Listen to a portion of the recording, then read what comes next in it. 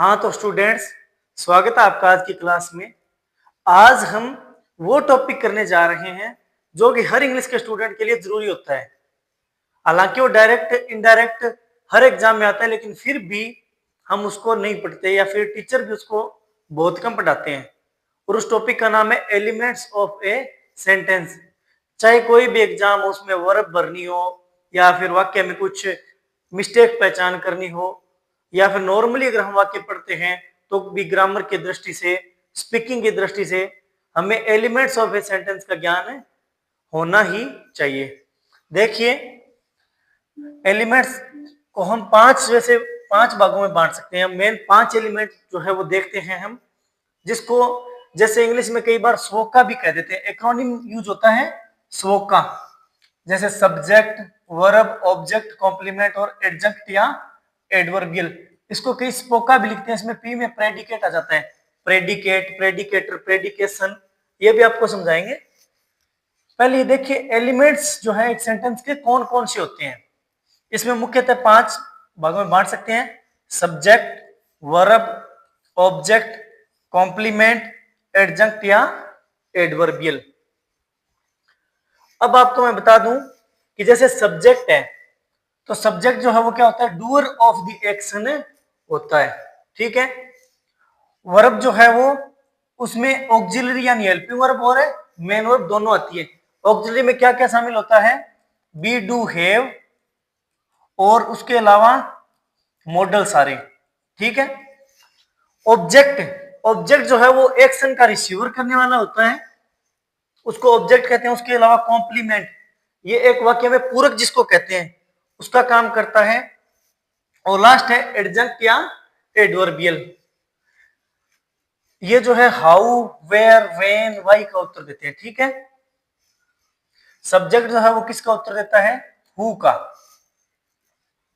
अब आपको जैसे मैं बताऊं कि अगर हम बात करें किसी वाक्य के बनाने के लिए क्या जरूरी होता है, तो उसमें सबसे जरूरी चीज होती है वर्ब। और वर्ब के बाद भी अगर हम बात करें तो सब्जेक्ट मान सकते हैं, ठीक है। जैसे मैंने कहा गो, गो, इसमें सब्जेक्ट यू जो है वो क्या है, हिडन है, यू गो।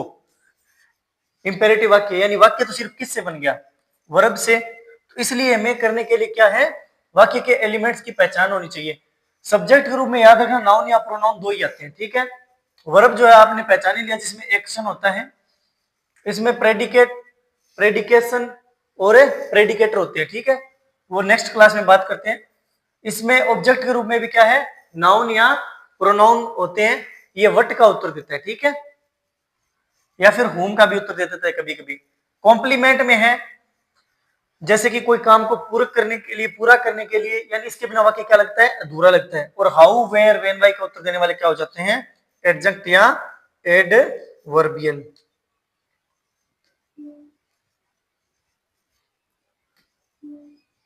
अब मैं आपको एक वाक्य देता हूं, इसमें पहचानिए कौन सा क्या है, ठीक है।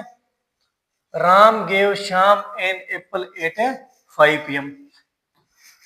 इसमें जैसे हम पहचानेंगे तो राम क्या है इस वाक्य का, सब्जेक्ट, गेव क्या होगी मेन वर्ब, श्याम क्या है ऑब्जेक्ट, और एन एप्पल क्या है, ये भी क्या है, ऑब्जेक्ट।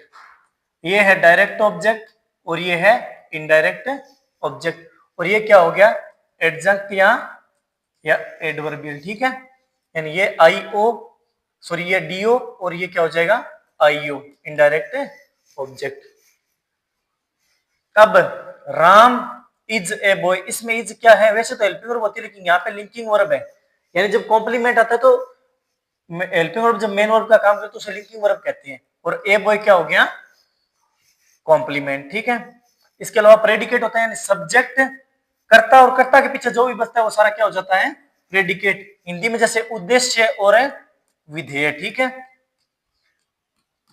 इसके अलावा ऑब्जेक्ट प्रीपोजिशन भी होता है और फ्रेजेस भी होती है। फ्रेज यानी कुछ वाक्यांश, कोई जैसे एडजंक्ट में यहां देखिए ये 3 एक साथ आगे 8 5 PM, तो इसको क्या बोलेंगे, एडजंक्ट बोलेंगे, ठीक है।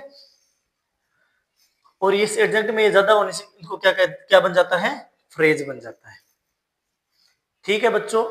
आज हम डिस्कस किए एलिमेंट्स ऑफ ए सेंटेंस। मिलते हैं नेक्स्ट क्लास में।